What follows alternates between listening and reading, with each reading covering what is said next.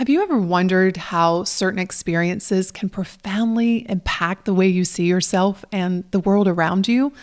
Well, that's what we're talking about in today's podcast. We are going to explore the power of these moments, both intentional and unexpected, and how they shape our identities and help us grow personally. So let's dive in.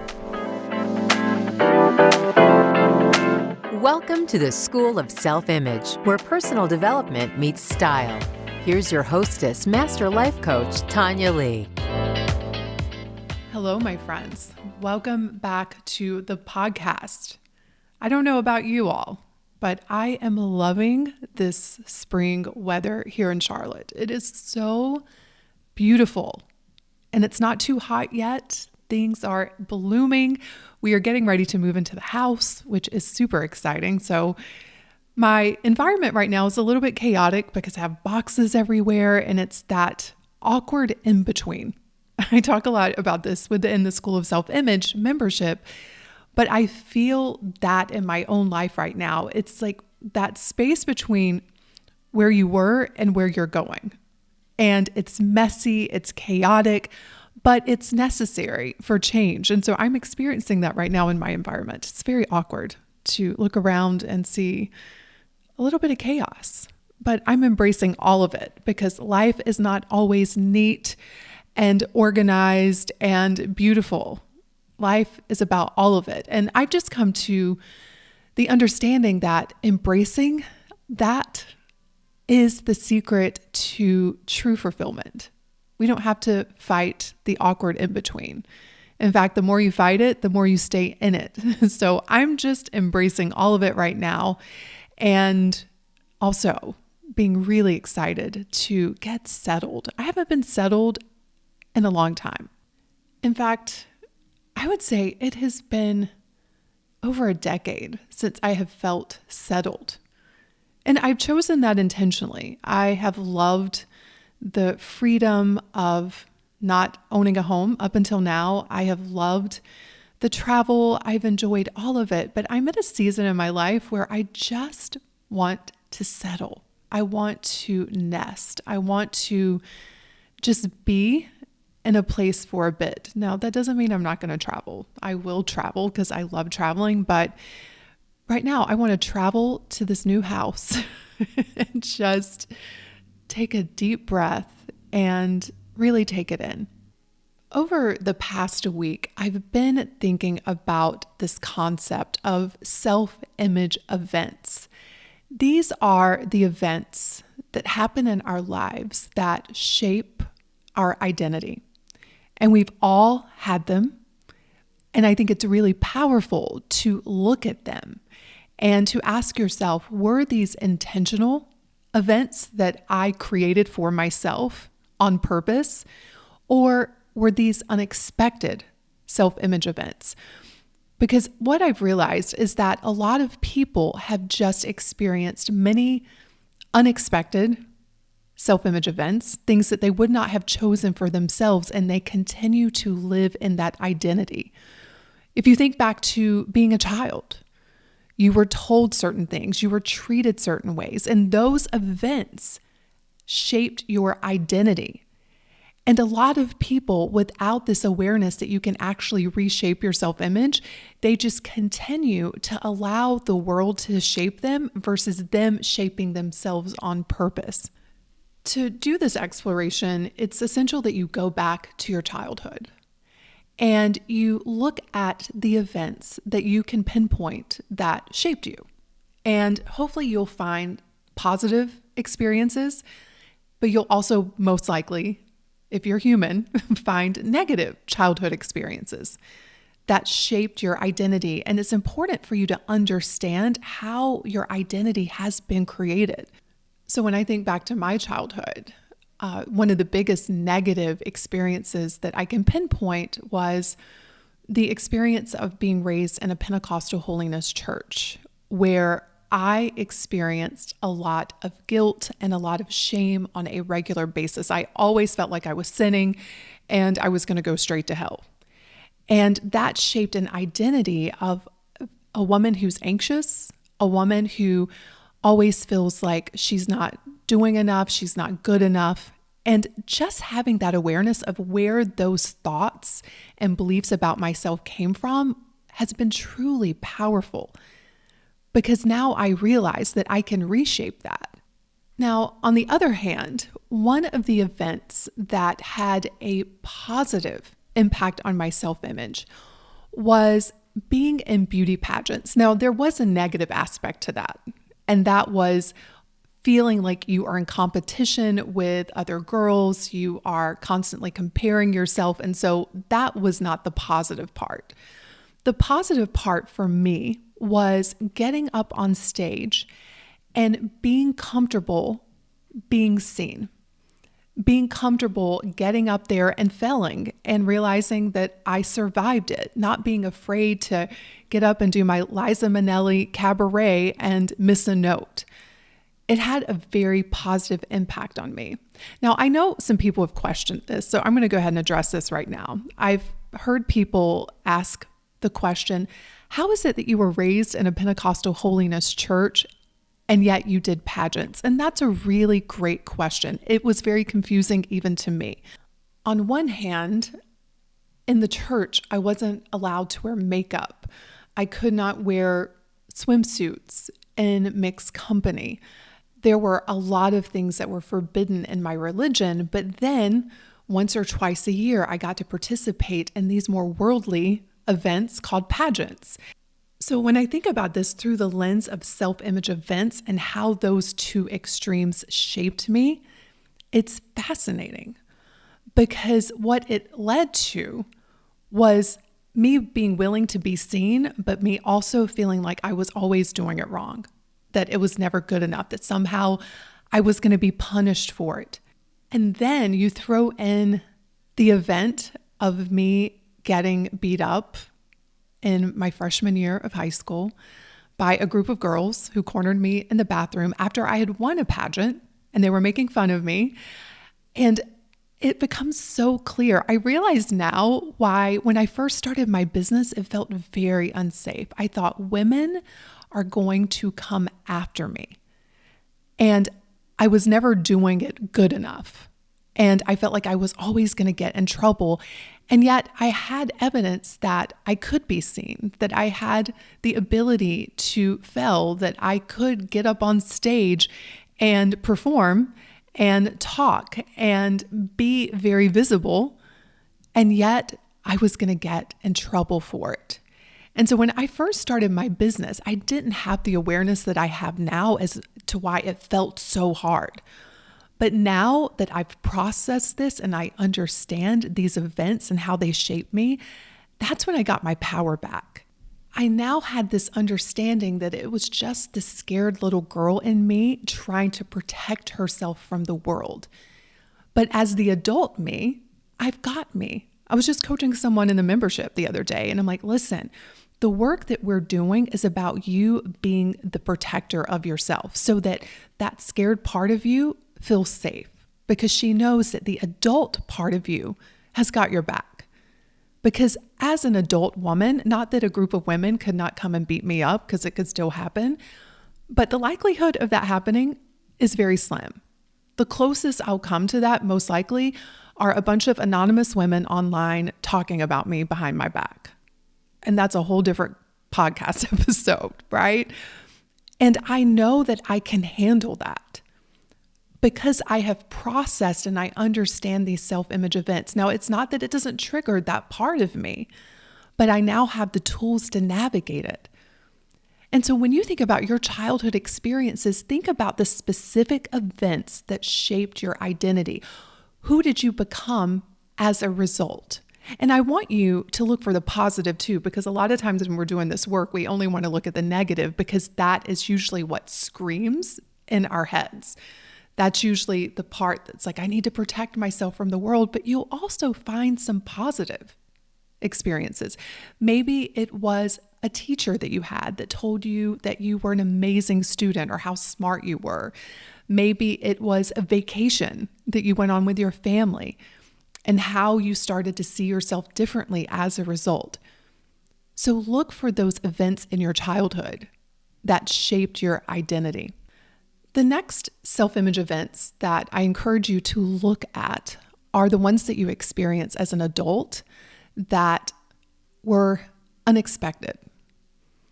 These are the ones that come along and oftentimes rock our world because we didn't have a plan for them.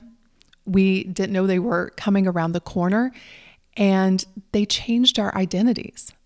For some of you, it could be losing a job. Maybe you became pregnant unexpectedly. Maybe you received a life-altering diagnosis. On the other hand, maybe it was a life-changing conversation. You met someone and they said something that challenged your own identity, that challenged the way you see the world. Or maybe it was coming into money unexpectedly. I had that happen to a friend. Unbeknownst to her, she was in her uncle's will. And when he passed, she found out that she was a millionaire. Was very, very unexpected. It could be an opportunity that comes along that you didn't expect that changes you. A great example of this is years ago, I was asked to be a part of the Monaco Luxury Network, which was a think tank for luxury brands. And just being offered that, knowing that someone saw me in that way, was a huge identity crisis because I yet didn't see myself that way. I felt like such a fraud. I was like, they have no idea. I don't speak French. I didn't grow up around luxury. I felt like they had made a huge mistake and that I was going to be found out. It caused a complete identity crisis. And that's the thing. Many of you may believe, oh, if it's a positive self-image event, it's going to feel good. But anything that challenges your identity is going to be super uncomfortable because you're going to have so much cognitive dissonance around it. Cognitive dissonance is that uncomfortable feeling that you get when you realize that your thoughts and your beliefs don't align with each other. So on one hand, I was playing around with this belief of I deserve to be here. I can do a good job in this role. And on the other hand, my brain was like, you're lying. You don't belong here. This isn't your area of expertise. And so it created a lot of discomfort. And this discomfort often leads people to change one of the conflicting elements to reduce the dissonance because we always want to stay in mental harmony. This is why when I'm coaching women, I always keep this in mind. And I always ask them, does this feel true? Can your brain get around this new belief? Because if not, it's going to backfire. This is why positive affirmations often don't work, because there's too much distance between the two thoughts. Thinking back to my own example, my discomfort was this clash between this long-held self-image that I had about myself, the country girl that grew up in a trailer, with this new environment that was offering me an opportunity to step into. It challenged my self-image. It felt inconsistent with my sense of self at the time, leading to the cognitive dissonance. So what do you do when you have a self-image event that you want to embrace, that you want to step into? Well, you have some options. Number one, adapt your self-image. Embrace the new opportunity and gradually, over time, adjust your self-image so that it includes this new aspect of your identity. And this is the work that we do within the School of Self-Image, because if you don't, you will sabotage yourself over and over. And so for me, this was about looking to my past and reframing it as a source of strength and resilience, and looking for how my past had actually set me up perfectly for this situation. And we all get to retell the stories of our past to be supportive because it's just a story anyway. The story that I tell here about growing up in a trailer and growing up in the Deep South, yes, those are facts, but the context around them, I have control over. And so in this situation and throughout my adulthood, this has been my approach. Instead of backing away and avoiding the cognitive dissonance, I embrace this potential new reality and gradually over time work on catching my self-image up to this new reality. I see this in all areas of life. Some of you have been praying and hoping and setting intentions for great love. And then this great person comes along and you have a lot of cognitive dissonance around it because of your past. You'll begin to have thoughts like, this is too good to be true. This surely isn't going to work out. This isn't as good as it seems to be. And if you don't address that, you will reject the new situation. You will sabotage it. You will walk away from it. Let's talk about how this applies to weight loss. Right now, we are running the Slim Self-Image within the membership, which I love this group of women. It's so much fun supporting them and shaping their self-image around this new identity of being a healthy, vibrant woman who's not constantly focused on weight loss. And therefore, many of them begin to just shed the weight. But I know from experience, if you lose weight and yet you don't change your mindset, there's going to be so much cognitive dissonance between your beliefs about yourself and your actions. You're going to be believing that you will always struggle, that you won't be able to keep the results up. And yet you're over here taking action, trying to do it. And so you're fighting against yourself. The answer is not to back away from what you want, but to adapt your self-image. I see this with money. I've experienced it with money. You've created a level of wealth for yourself, and yet because of past experiences, your self-image hasn't caught up to it yet. And so you may find yourself worrying. You may find yourself thinking, this is too good to be true. I can't keep this up. This is not going to last. I don't know what I'm doing. If you watch your mind, you will see the battle between the old self and the new self. Which one will win? The one that you nurture, the one that you give attention to.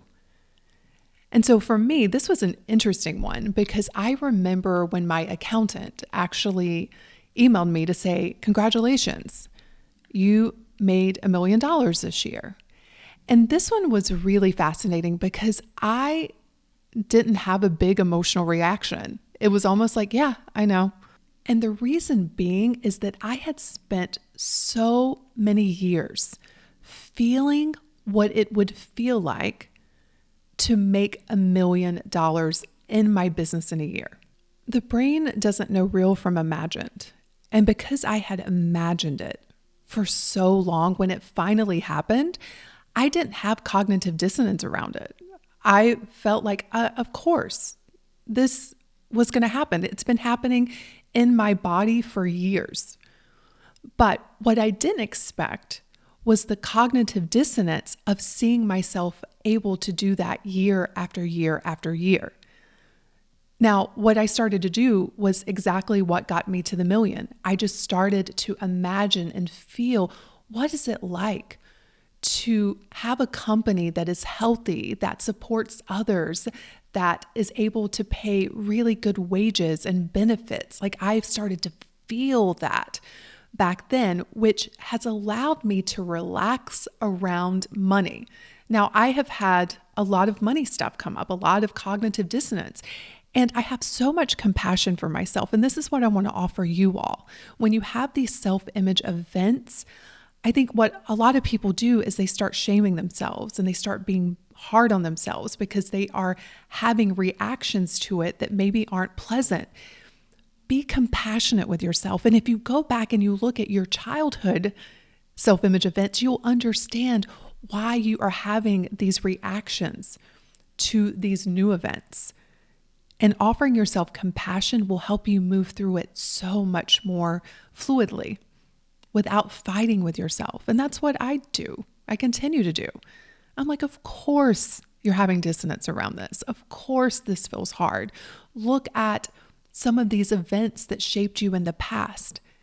And I'm telling you, just approaching it from that lens helps me move through it so much more quickly.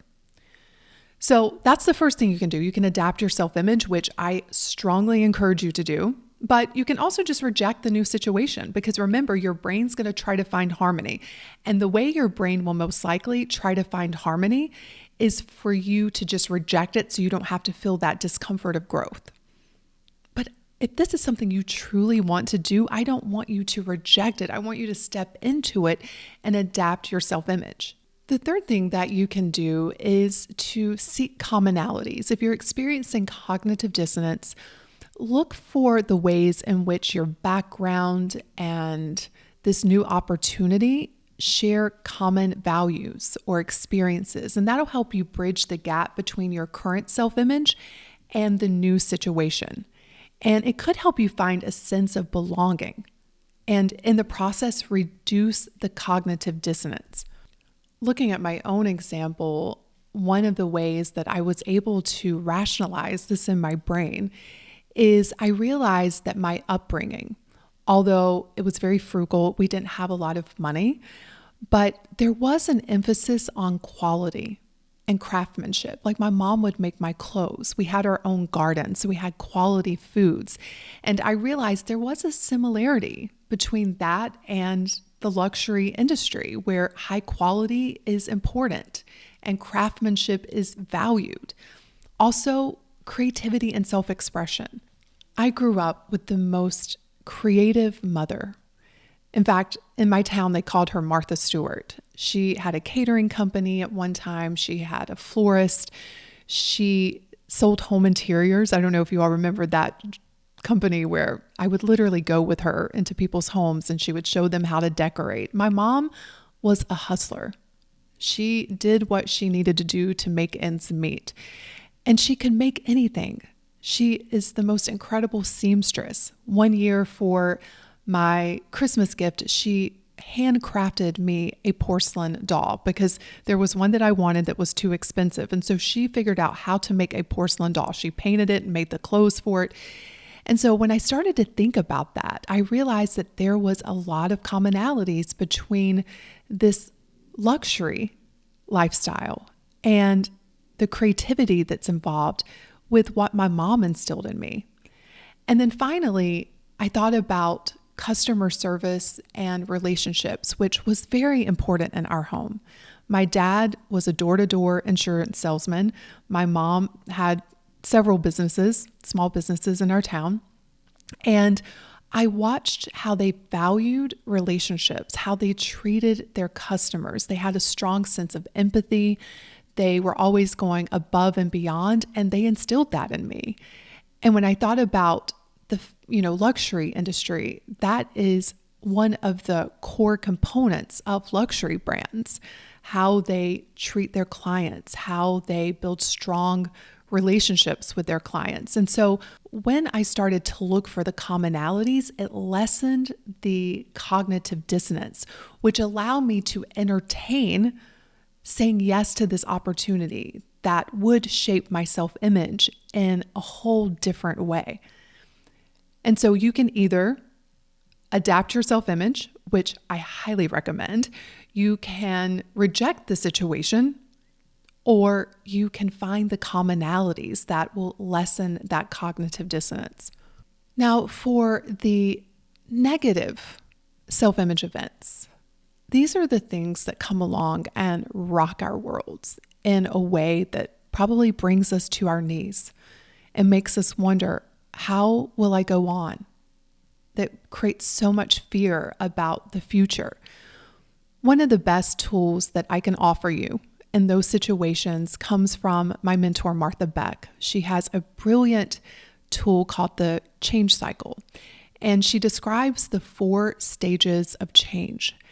And she describes it in terms of squares. So square 1 is called death and rebirth. This is when you experience a self-image event that challenges your beliefs, your identity, your way of life. Again, this can be a job loss, loss of a loved one, a relationship ending, or a health crisis. And it can also just come from a gradual buildup of dissatisfaction or a sudden insight that makes you reevaluate your entire life.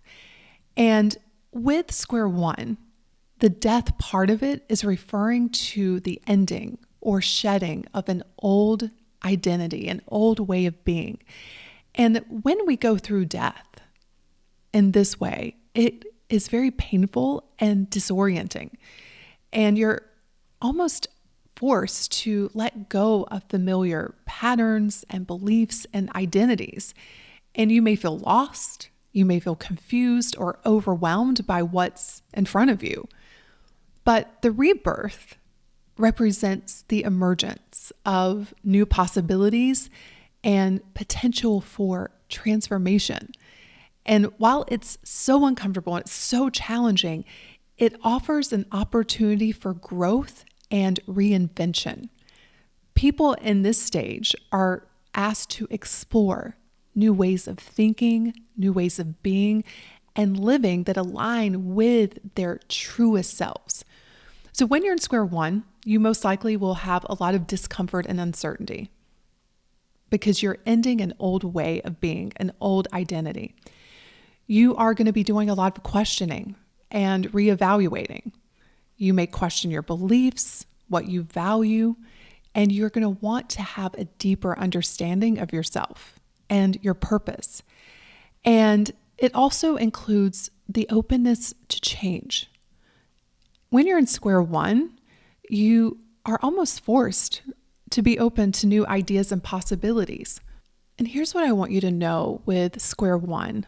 As uncomfortable as it is, it has so much potential for growth. It is setting the stage for your own personal reinvention.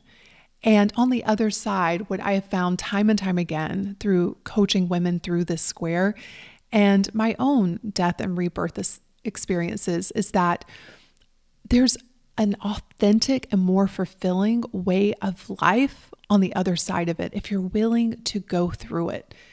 What a lot of people do is they fight it.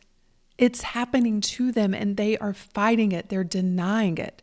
And oftentimes during square one, you may need therapy. You may need someone to guide you through this because you're probably dealing with a lot of really intense emotions that you don't even know how to process. But I love Martha's quote, her mantra for this square. Her mantra is, I don't know what the hell is going on, and that's okay. Have you ever felt that? You're like, I don't know what's happening right now, and that's okay. Now, I want to move from unexpected self-image events to intentional ones. These are the ones you create for yourself to change yourself. These are the ones I want you to be thinking about as you look towards the future, because a lot of people don't create these for themselves. They just go through life, letting life happen to them with a lot of unexpected self-image events that shape their identities versus them shaping their self-image on purpose by creating self-image events. So intentional self-image events are experiences or activities that you consciously choose with the purpose of changing your self-image, changing your identity. These events are designed to challenge your existing beliefs, push you beyond your personal boundaries, and help you facilitate the development of new skills, new perspectives, and ultimately a new way of being in the world. This is what I love. This is what I live for. This is what we do within the membership. So let's talk about how to create these intentional self-image events. They're very important because events are always happening. And if you're not mindful, as I was saying, you're just going to be reacting to the unexpected events of life. But I want to encourage you to create them intentionally.